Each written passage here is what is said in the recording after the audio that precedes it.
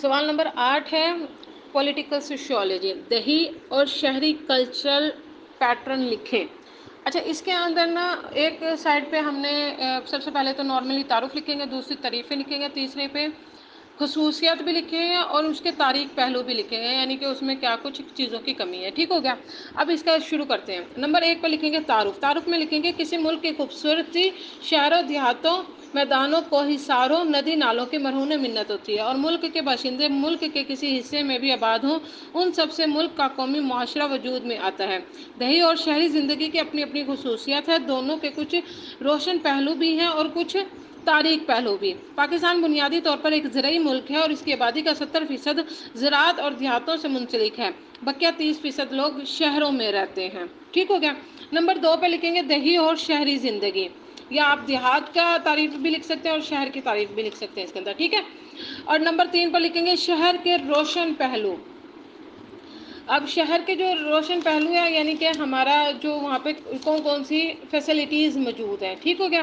اے صنعتی ترقی، بی ضروریات زندگی کا حصول، سی روزگار کے مواقع، ڈی تعلیمی سہولیات، ای طبی سہولیات، ایف ذرائع آمد و رفت، جی ٹیلی فون، ڈاک، بینکاری کی سہولیات۔ ٹھیک ہو گیا؟ اب نمبر 4 پر لکھیں گے ہم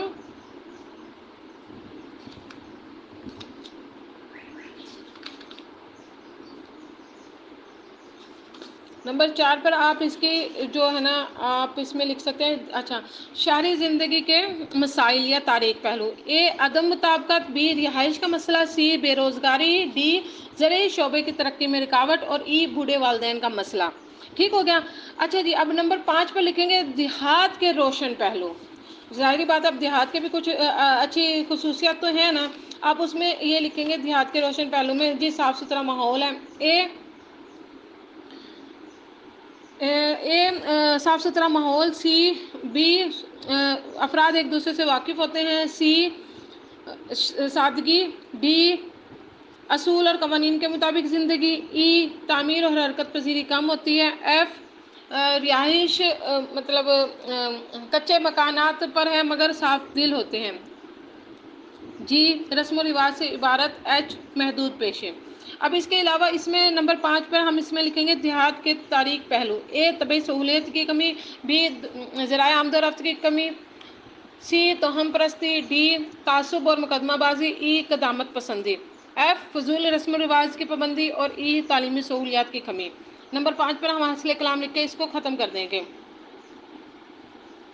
حاصل کلام میں لکھیں گے دیہی اور شہری زندگی کے سماجی اور سیاسی پہلوؤں کا جائزہ لے کر ہمیں یہ علم حاصل ہوتا ہے کہ دیہات اور شہر کی زندگی بہت مختلف ہے، دونوں جہاں دیہاتوں کو اپنی زندگی کی ضرورت حاصل کرنے کے لیے مختلف محنت اور مشقت کرنی پڑتی ہے، وہی ضروریات کی اشیاء شہر کے لوگوں کو آسانی سے دستیاب ہو جاتی ہے، جن میں اچھی تعلیم اور علاج وغیرہ بہت اہم ہے۔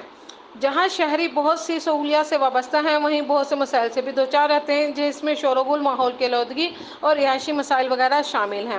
یہ ختم ہو گیا۔